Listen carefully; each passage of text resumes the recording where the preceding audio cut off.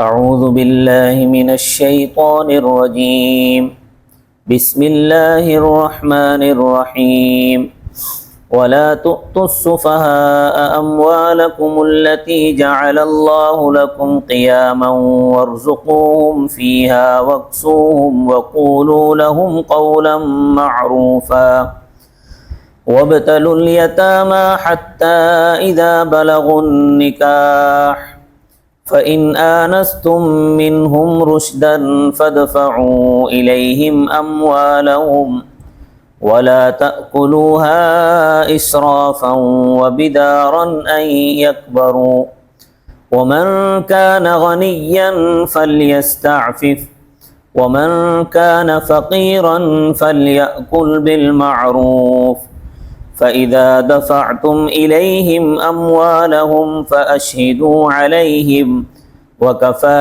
بالله حسيبا صدق اللہ العظیم۔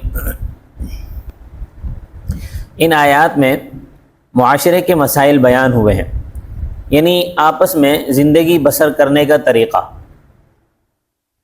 اور گزشتہ درس میں آپ نے سنا کہ زمانہ جاہلیت میں یہ طریقہ رائج اور رواج تھا، اور آج کے دور میں بھی کوئی کمی نہیں ہے کہ چچا یا تایا یا کوئی فوت ہو جاتا، ان کی اولاد چھوٹی ہوتی تو یہ ان کا سرپرست بنتا اور بے دردی اور بے ترسی سے ان کا سب کچھ کھا پی جاتا تھا، ان کا عمدہ مال خود لے لیتا اور ردی مال ان کے کھاتے میں ڈال کر نگ پورے کر دیتا تھا۔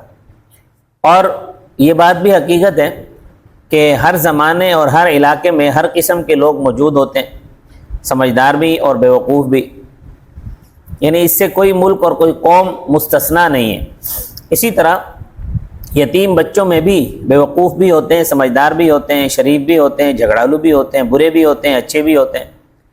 تو اللہ تعالیٰ فرماتے ہیں وَلَا تُؤْتُوا السُّفَهَاءَ، سفہاء یہ سفیہن کی جمع ہے، اس کا معنی ہوتا ہے بیوقوف۔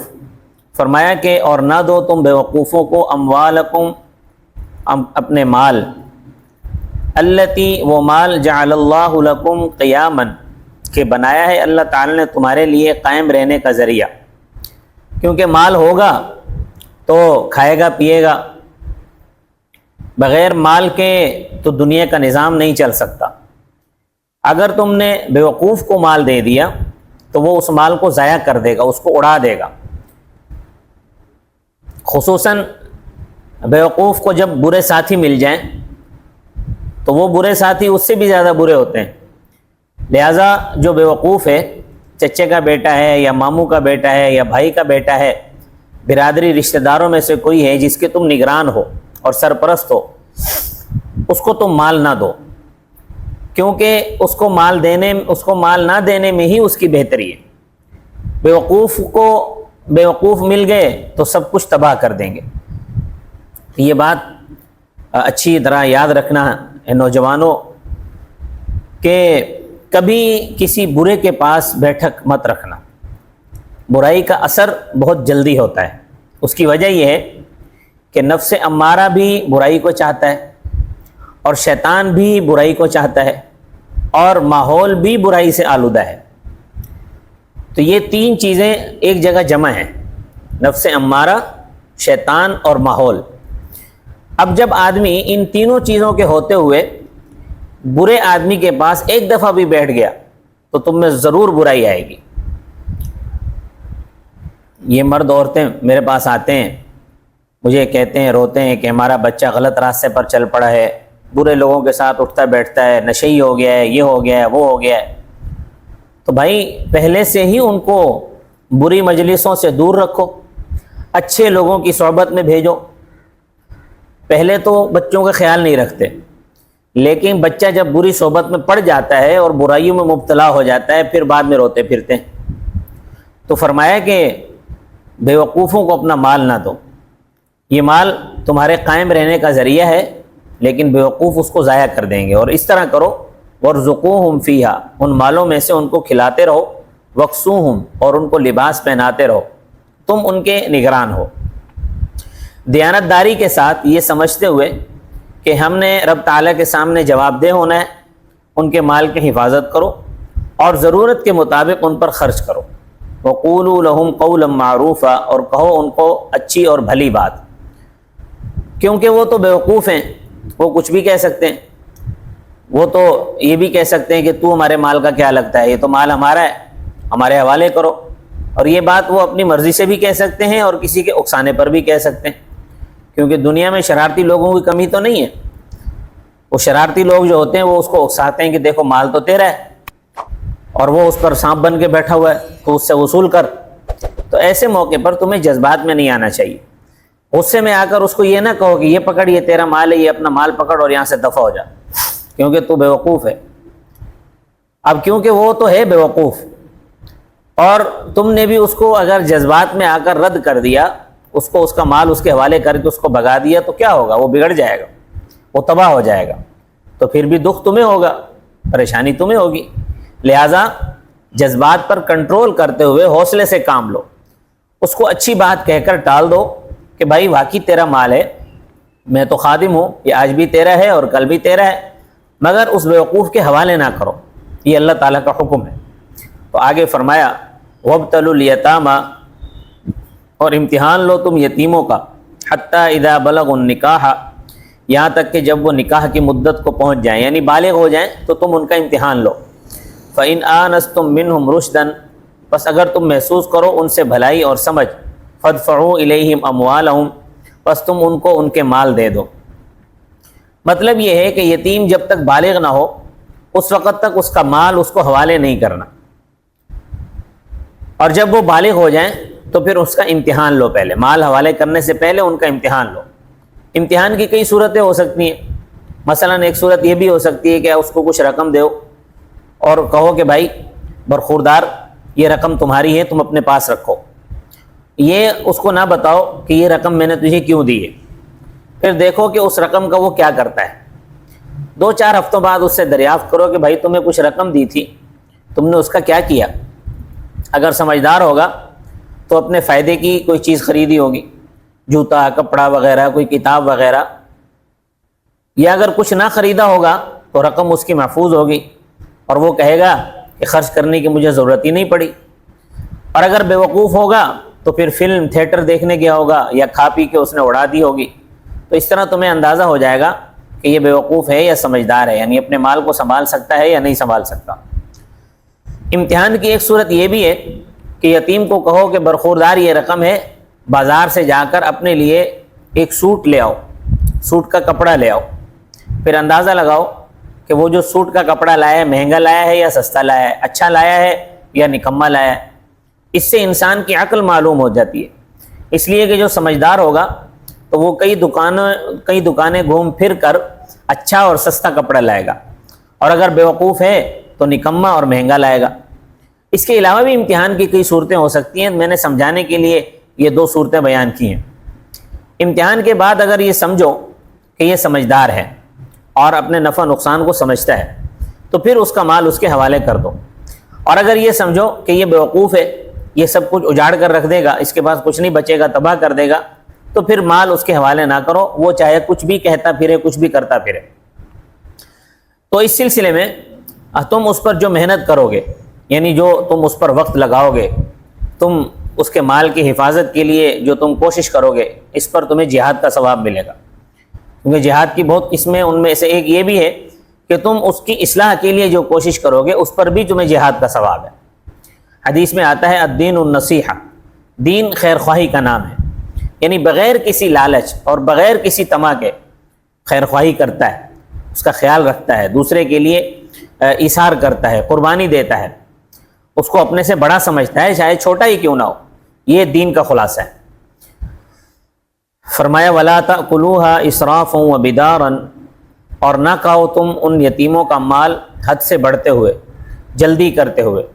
اسراف کا معنی ہے ضرورت سے زیادہ خرچ کرنا، اور بدار کا معنی ہے جلدی کرتے ہوئے، یعنی یہ خیال کرتے ہوئے کہ این یکبرو، کہ وہ بڑے ہو جائیں گے، کہ وہ پھر جب بڑے ہو جائیں گے تو پھر ہمیں کھانے نہیں دیں گے، تو اب بے سمجھ ہیں، اب ان کا مال کھا جاؤ، تو جس طرح کھا سکتے ہو کھاؤ۔ اللہ تعالیٰ نے حکم دیا ہے کہ اس طرح نہ کرو۔ وَمَنْ كَانَ غَنِيًّا، اور جو شخص غنی ہو، یعنی جو نگران اور سرپرست مالدار ہو، فَلْيَسْتَعْفِفْ، تو چاہیے کہ وہ یتیم کے مال کو کھانے سے بچے، اور اس حد تک بچے کہ اگر یتیم کی ہانڈی پکی ہوئی ہے اور اس میں سے اس نے صرف نمک چکھنا ہے تو زبان سے لگا کر اس کو تھوک دے، پیٹ میں نہ جانے دے۔ بڑا مشکل مسئلہ ہے، مگر آج کل ایسے آدمی کہاں تلاش کرو گے؟ نگران اور سرپرست غنی ہے تو وہ یتیم کا مال کھانے سے بچے۔ شریعت کی اصطلاح میں غنی صاحب نصاب کو کہتے ہیں۔ صاحب نصاب کی تعریف آپ کئی مرتبہ سن چکے ہیں۔ ایسا آدمی بھی صاحب نصاب ہے کہ جس کے پاس سونا چاندی اور نقد پیسہ اور سامان تجارت تو اگرچہ نہ ہو، مگر اس کے گھر میں فالتو سامان موجود ہے، یعنی ضرورت سے زائد سامان موجود ہے، چاہے وہ برتن ہیں، چاہے وہ چارپائیاں ہیں، کرسیاں ہیں، پلنگ ہیں، جو عموماً استعمال میں نہیں آتے۔ کوئی مہمان وغیرہ آیا تو ان کو استعمال کر لیا۔ تو ایسی چیزیں بہت ساری موجود ہیں، اتنی موجود ہیں کہ ان کی اگر قیمت لگائی جائے تو ان کی قیمت 52.5 تولہ چاندی کے برابر ہو جاتی ہے۔ تو ایسا آدمی صاحب نصاب ہے، شرعی اور فقہی طور پر صاحب نصاب ہے اور غنی ہے۔ اور اگر مقروض نہ ہو، اگر مقروض بھی ہے تو پھر وہ صاحب نصاب نہیں ہے۔ غنی صرف اس کو نہیں کہتے کہ کوئی کوٹھیوں کا مالک ہو، کارخانوں کا مالک ہو، اس کے پاس بڑا گاڑیاں واڑیاں ہو، بڑا مال و دولت ہو، اس کو صرف غنی نہیں کہتے۔ غنی اس کو بھی کہتے ہیں کہ جس کے گھر میں فالتو سامان بہت زیادہ ہو۔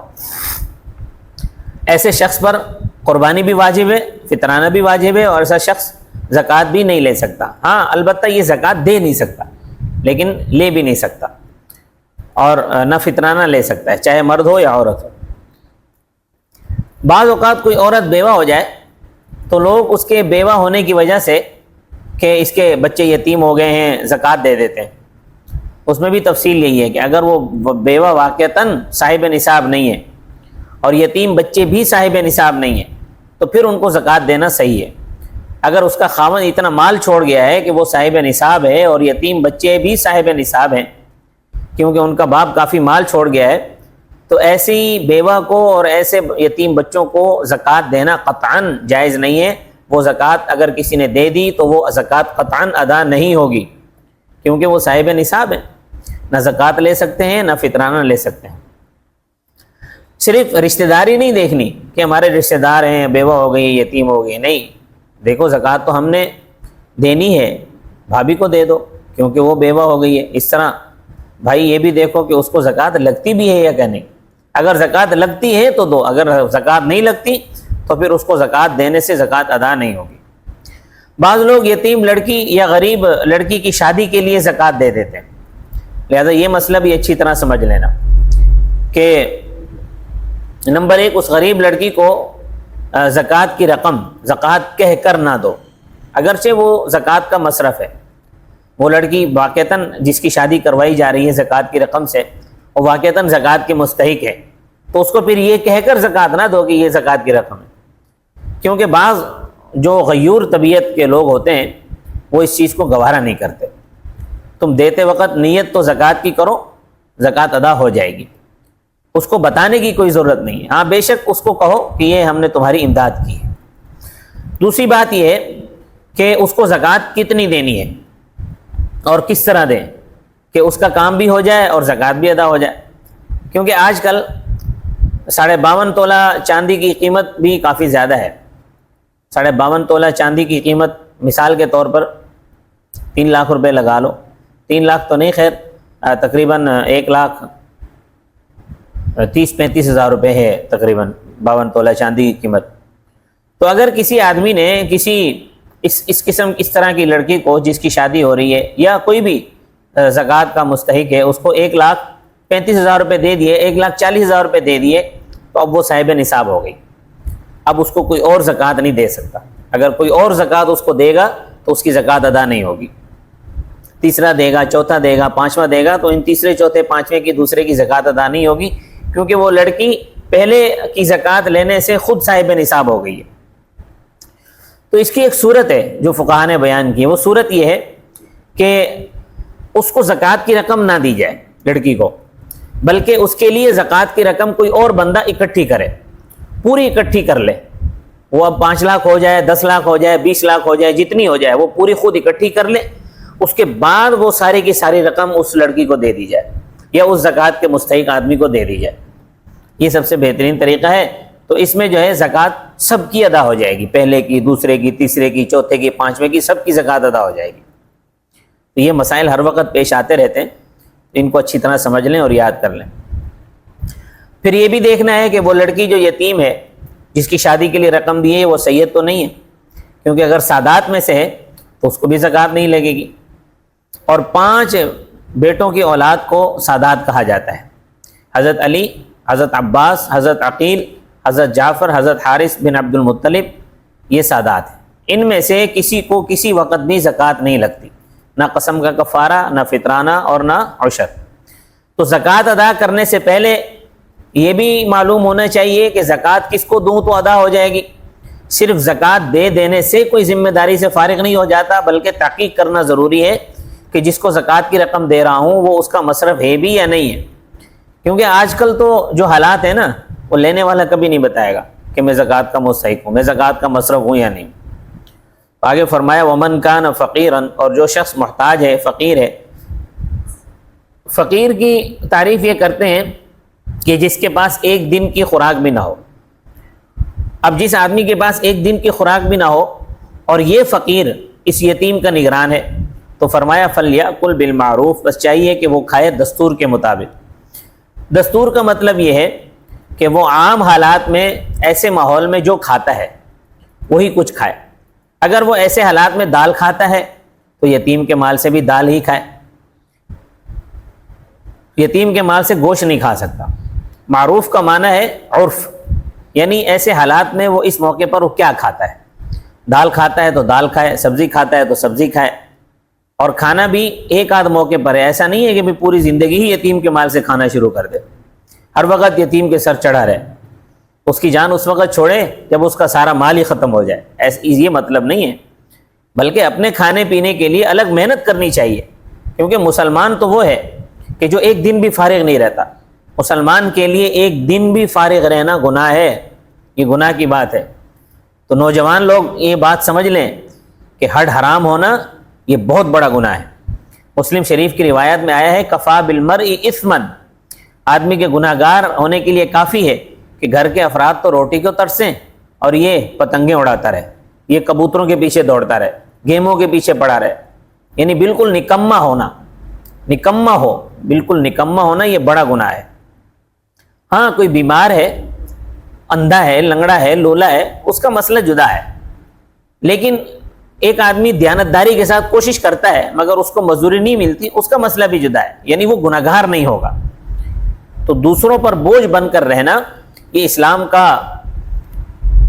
اصول نہیں ہے، یہ گناہ کی بات ہے۔ اسلام کا اصول یہ ہے کہ لڑکا جب بالغ ہو جائے تو اس کے ماں باپ کو چاہیے کہ اس کو اپنے مال پر چھوڑ دیں، وہ کمائے اور کھائے، مگر آج اکثر اس اصول کے خلاف ہو رہا ہے۔ مسلمانوں کے بچے کھیل کود میں اپنا وقت ضائع کر رہے ہیں، آج کل تو ویڈیو گیمز، موبائل کے اندر جو ہے ویڈیو گیمز میں اپنا وقت ضائع کر رہے ہیں، برباد کر رہے ہیں پورا وقت۔ ماں باپ کا پھر سر کھا جاتے ہیں، جان نہیں چھوڑتے، اللہ محفوظ رکھے۔ مسلمان کو مسلمان ہونا چاہیے۔ تو فرمایا دستور کا یہ معنی بھی ہے کہ وہ اپنی خدمات کا جائز بقدر ضرورت معاوضہ لے، یعنی یتیم کا جو باپ تھا وہ اگر کاروباری آدمی تھا اور اس کا بڑا کاروبار تھا تو وہ یتیم اپنے باپ کے کاروبار کو نہیں چلا سکتا، تو یہ اس کا سرپرست اس کاروبار کی نگرانی کرے اور اس کا جو جائز معاوضہ بنتا ہے وہ جائز معاوضہ لے، محض یتیم کا مال سمجھ کر ہضم کرنے کی کوشش نہ کرے۔ فَإِذَا دَفَعْتُمْ إِلَيْهِمْ أَمْوَالَهُمْ، پس جب تم ان کو دو ان کے مال، یعنی جب تم یتیموں کا مال ان کے حوالے کرو، فَأَشْهِدُوا عَلَيْهِمْ، پس تم گواہ بنا لو ان پر، یعنی جب تم یتیموں کا مال یتیموں کو واپس کر دو تو اس پر گواہ بنا لو کہ اتنا مال میں نے واپس کر دیا ہے۔ اصل یہ ہے کہ جب یتیموں کا مال تمہارے پاس آئے تو اس وقت بھی گواہ بناؤ کہ اتنا مال میرے پاس آ گیا ہے، اور جب یتیم بالغ ہو جائیں اور ان کا مال جب ان کے حوالے کرو تو بھی گواہ بناؤ، پوری تفصیل سامنے رکھو کہ کل مال اتنا تھا، اس میں سے اتنا کھانے پینے پر خرچ ہوا، اتنا ان کی تعلیم پر خرچ ہوا، اتنا ان کے علاج معالجے پر خرچ ہوا، اتنا مال باقی ہے، یہ دیکھ لو میں ان کے حوالے کر رہا ہوں۔ اور فرمایا ایک بات اور بھی یاد رکھو، وَكَفَى بِاللَّهِ حَسِيبًا، اور کافی ہے اللہ حساب لینے والا، یعنی سب کچھ اس کے علم میں ہے، جو کچھ کر رہے ہو اس لیے سوچ سمجھ کر کرو، کیونکہ رب تعالیٰ کے سامنے پیش ہونا ہے۔ اللہ تبارک و تعالی مجھے اور آپ کو عمل کی توفیق عطا فرمائے۔ وما علینا الا البلاغ المبین۔